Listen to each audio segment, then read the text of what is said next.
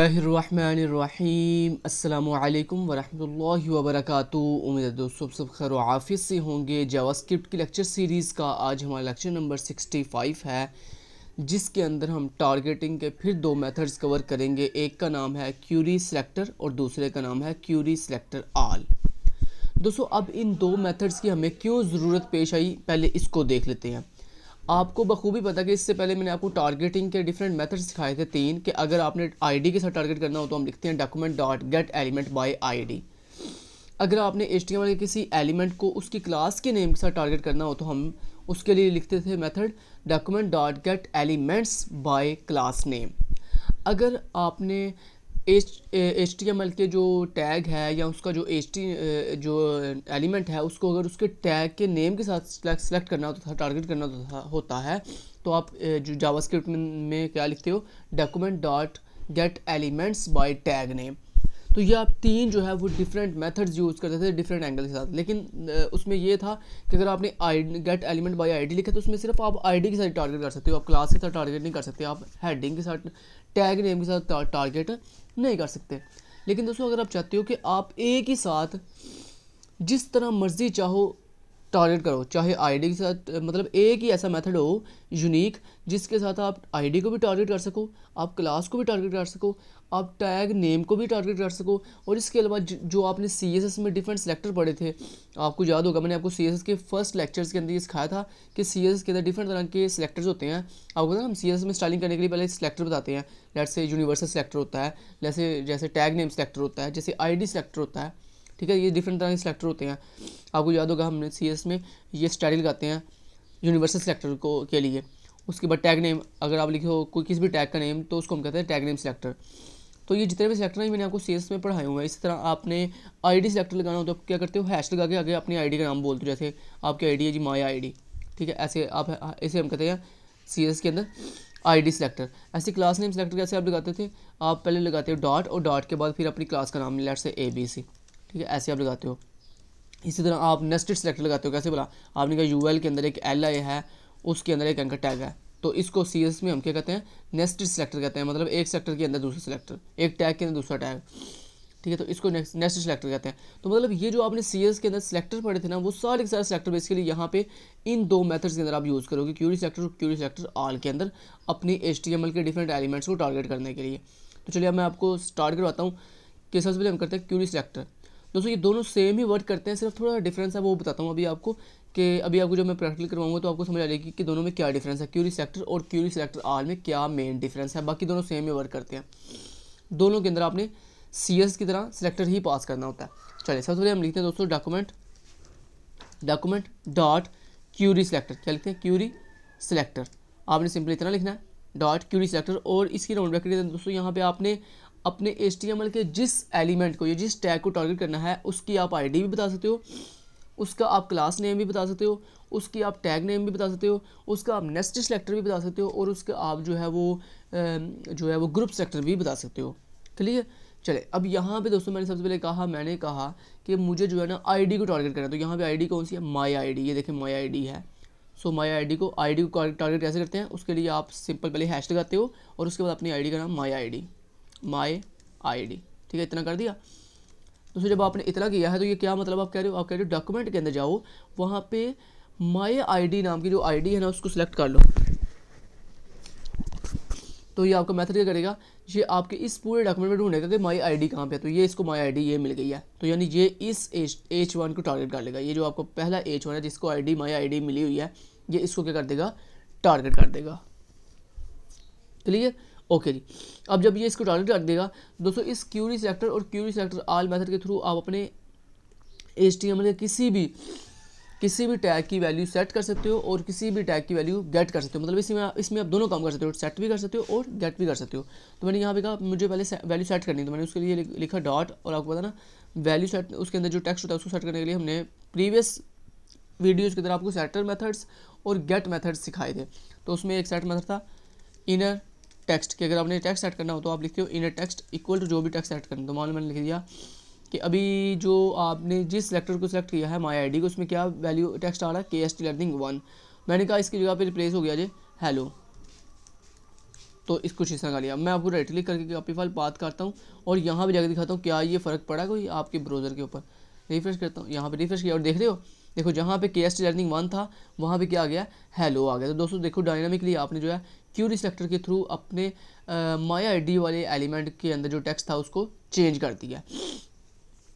अब इस तरह दोस्तों आप उसकी वैल्यू गेट भी कर सकते हो। वो कैसे बोला, उसके लिए सिंपली आप ये जो सेट कर रहे हो वैल्यू इसको हटा दोगे और ये जो आपने पूरी की पूरी लाइन लिखी है ना इसको आप किसी वेरिएबल में बंद कर दोगे, क्योंकि अगर आप इतना लिखोगे ना तो ये क्या कर रहे हो आप बेसिकली वैल्यू गेट कर रहे हो। आपने कहा document dot Curie selector my I D dot in text, आपने कहा जो माई आई डी नाम की आईडी है उसके अंदर जो भी टेक्स्ट है वो मुझे गेट करके दे दो, तो ये आपको गेट करके दे देगा। तो उसको आपने यहाँ पे एक वेरिएबल ए के अंदर स्टोर कर दिया इक्वल करके, ठीक है।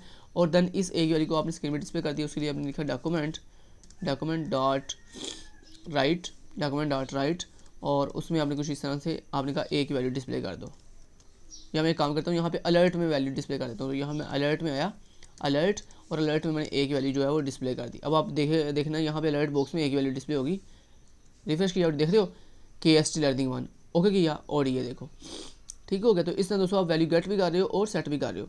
अब बात करते हैं दोनों में डिफरेंस की। ये जो क्यूरी सेलेक्टर है और ये जो क्यूरी सेलेक्टर वाला है दोनों में डिफरेंस क्या है। डिफरेंस दोस्तों ये है, ये जो क्यूरी सेलेक्टर है ना इसमें आप जो सा सेलेक्टर देते हो ना इसको, ये उस सेलेक्टर के रिलेटेड HTML के एलिमेंट्स को, HTML के टैग्स को टारगेट करता है। अब दोस्तों बात ये है कि अगर ये जो क्यूरी सेलेक्टर है इसको अगर जो आपने सेलेक्टर दिया है उससे रिलेटेड एक से ज़्यादा एलिमेंट्स मिले, एक से ज़्यादा टैग्स मिले, तो ये सिर्फ ओनली फर्स्ट वन को सिलेक्ट करता है। मान लें कि जैसे आपने यहाँ पे लिख दिया, आपको मैंने बताया था ना क्यूरी सेलेक्टर आर में आप कोई भी सेलेक्टर बता सकते हो। मान लो आपने कह दिया H1। अब दोस्तों मुझे बताओ यहाँ पे H1 कितने हैं, यहाँ पे H1 3 है, एक ये H1 है, एक ये भी H1 है और एक ये भी H1 है। तो अब बात आती है ये जो क्यूरी सेलेक्टर है जिसको आपने सेलेक्टर कौन सा दिया है, टैग नेम सेलेक्टर मतलब H1। तो यहाँ पे तो 3 H1 है। अब ये किसको सेलेक्ट करेगा दोस्तों, जो क्यूरी सेलेक्टर होता है ना ये बाय डिफ़ॉल्ट अब इसको जो भी सेलेक्टर देते हो ना, अगर इसको एक से ज़्यादा वो एलिमेंट्स मिले, एक से ज़्यादा वो टैग मिले, ठीक है, टारगेट करे ये एक से ज़्यादा को, तो ये बाय डिफ़ॉल्ट सिर्फ उनमें जो फर्स्ट वन होता है सिर्फ उसको ही पिक करता है, बाकी किसी को पिक नहीं करता। जैसे यहाँ पे आपने लिखा क्यूरी सेलेक्टर H1, अब यहाँ पे 3 H1 है लेकिन ये सिर्फ किसको टारगेट करेगा, सिर्फ इस पहले को टारगेट करेगा, बाकी सबको क्या कर देगा, स्किप कर देगा। तो ये दोस्तों मतलब होता है क्यूरी सेलेक्टर का। ये जो क्यूरी सेलेक्टर होता है ये सिर्फ ओनली इसको जितने मर्जी मल्टीपल टारगेट हों आपके टैग्स, आपके एलिमेंट्स HTML के, लेकिन इसने उसमें से सिर्फ किसको टारगेट करना है, सिर्फ फर्स्ट वन को। ऐसे मान लो अगर आपने यहाँ पे क्लास नेम के साथ कर दिया, आपने कहा क्लास नेम कौन सी है आपकी, यहाँ पे क्लास कौन सी यूज़ कर रहे हो आप, ABC। तो यहाँ पे देखो जरा क्लास के लिए मैंने आपको बताया था ना डॉट लगा देना, मैंने कहा .ABC, ठीक है। अब दोस्तों यहाँ पे ये दिखेगा कि यहाँ पे ABC नाम की क्लास किस किस को मिली हुई है। तो यहाँ पे दोस्तों ABC नाम की क्लास इस H1 जो टैग है आपका सेकंड वाला इसको भी मिली हुई है और ये जो थर्ड वाला है इसको भी मिली हुई है। सो लेकिन ये किसको टारगेट करेगा भला, ये सिर्फ पहले को टारगेट करेगा। तो यहाँ पे पूरे डॉक्यूमेंट में पहला ABC किसको क्लास में किसको मिली हुई है, इस आपके सेकंड H1 को जिसमें लिखा हुआ है KST लर्निंग 2। और ये जो दूसरे नंबर पे है ABC नाम की क्लास, इसको ये टारगेट नहीं करेगा क्योंकि इसको यहाँ पे 2 ABC क्लासेस मिली हैं। आपने कहा जो .ABC क्लासेस हैं उनको टारगेट करो, तो इसको 2 मिली लेकिन ये किसको टारगेट करेगा, सिर्फ फर्स्ट वन को। तो यही दोस्तों क्यूरी सेलेक्टर का मतलब होता है। तो उम्मीद आपको समझ आ गई होगी। अब मैं आपको दोबारा से करके दिखाऊँ ज़रा, यहाँ पे देखना ज़रा, अगर मैं यहाँ पे इसको फ़िलहाल के लिए कमेंट कर दूँ, ठीक है, और यहाँ पे आपको दोबारा से अगेन सो यहाँ पे कोड करके दिखाऊँ, मतलब मैं ये जो लाइन थी इसको यहाँ से पिक करता हूँ, कॉपी किया, पेस्ट कर दिया और यहाँ मैंने कहा उसका जो टेक्स्ट है वो चेंज कर दो। मान लो मैंने कह दिया माई हेडिंग। अब ये माई हेडिंग है, ये किसकी जगह पे रिप्लेस होगा, जो आपका पहली क्लास जिस टैग को पहली क्लास में मतलब जिस टैग को पहली क्लास मिली हुई है, जो कि है यहाँ पे ये KST लर्निंग 2, ठीक है। अब यहाँ पे आते हैं F5 से करते हैं रिफ्रेश और देखो उसको क्या मिल गया, उसमें देखो टेक्स्ट चेंज हो गया, माई हेडिंग्स। तो मैंने आपको जो बात कही थी वो बिल्कुल एग्जैक्ट थी कि ये जो क्यूरी सेलेक्टर होता है इसको जितने मर्जी मल्टीपल टैग मिले ये सिर्फ फर्स्ट वन को स्टाइल करता है, फर्स्ट वन को टारगेट करता है, क्लियर।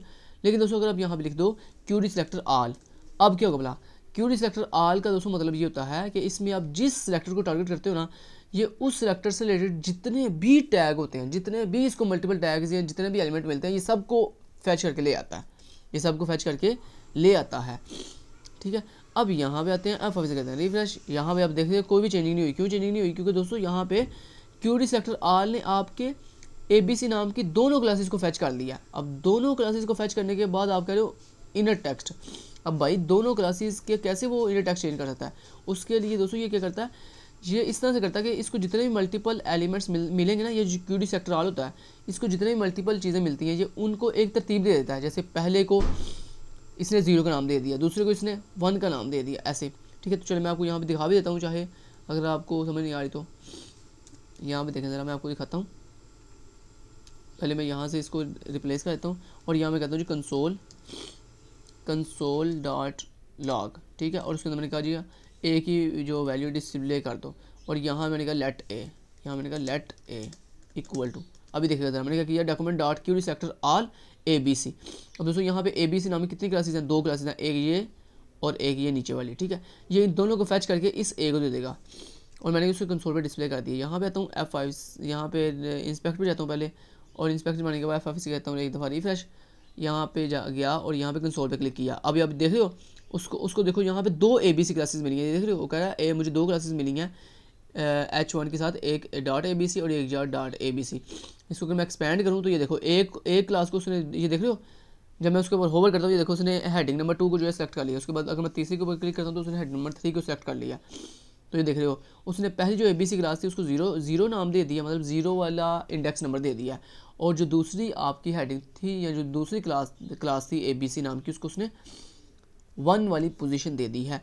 अब दोस्तों अगर आपने इसकी वैल्यू चेंज करनी हो, ठीक है, ये किसकी स्पेसिफिक की वैल्यू सेलेक्ट करनी हो, तो हम क्या करते हैं, इसके आगे आपने ऐसे लार्ज ब्रैकेट लगा के उसका वो इंडेक्स नंबर बताना होता है, जिस इंडेक्स नंबर को आपने चेंज करना है, सेट करना है या गेट करना है। तो मैंने यहाँ पे कह दिया 1 का मतलब क्या, यानी जो ABC नाम क्लास जो पोजीशन नंबर 1 पे आ रही है ना, तो अब ये पोजीशन नंबर 0 पे है और ये पोजीशन नंबर 1 पे है, तो ये बेसिकली इसका टैग जो है वो हमें गेट करके देगा। तो यहाँ पर कह दिया जो पोजीशन नंबर 1 पे है ना, डॉट उसका मुझे इनर टेक्स्ट चाहिए, डॉट उसका मुझे क्या चाहिए, इनर टेक्स्ट चाहिए। तो इतना करने के बाद मैं आपको यहाँ पे दिखा देता हूँ, F5 से करता हूँ रिफ्रेश, और देखो आपको मिल गया KST लर्निंग 3। क्लियर हो गया। अगर यहाँ पे आप कहोगे पोजीशन नंबर 0, तो position number 0 class position number 0 वाली कौन सी है, ये वाली, ये जिसमें लिखा हुआ KST लर्निंग 2। यहाँ पे तुम F5 से करता हूँ रिफ्रेश, और देखो KST लर्निंग 2 डिस्प्ले हो गया आपको। तो उम्मीद है दोस्तों आपको समझ आ गई होगी कि जो क्यूरी सेलेक्टर होता है ये सिर्फ फर्स्ट वन को इसको जितने भी एलिमेंट मिले उसमें ये सिर्फ पहले को टारगेट करता है, और ये जो क्यूरी सेलेक्टर आ रहा है ये सब को टारगेट करता है, और फिर इसमें जो है वो वैल्यू सेट टारगेट करने के लिए हम आगे पोजीशन बताते हैं स्क्वायर बॉक्स के अंदर, 0 से लेकर अप टू 1 जो भी पोजीशन नंबर हो। ठीक है जी, लेकिन वैलिड पोजीशन बतानी है। जैसे यहाँ पे सिर्फ 2 ही थी, तो मेरे पास सिर्फ कितनी पोजीशन है, 2। कौन कौन सी, ये 0 वाली और ये 1 वाली। अगर दोस्तों अब यहाँ पे कहोगे ना 2, तो ये कहेगा भाई दिस इज़ अनडिफाइंड। ये देखिए F5 से कहता हूँ रिफ्रेश, और देखो वो कह रहा है भाई ये क्या कर रहे हो, अनडिफाइंड, मुझे कोई भी वहाँ पे पोजीशन नंबर 2 नाम भी कोई भी क्लास नहीं मिली। क्लियर। उम्मीद करता हूँ दोस्तों आपको क्यूरी सेलेक्टर और क्यूरी सेलेक्टर आल की अच्छे से समझ आ गई होगी। फिर भी अगर कोई कन्फ्यूजन हो तो पूछ लीजिएगा कमेंट बॉक्स में। Thank you so much, till then guys, take care, अल्लाह हाफिज़।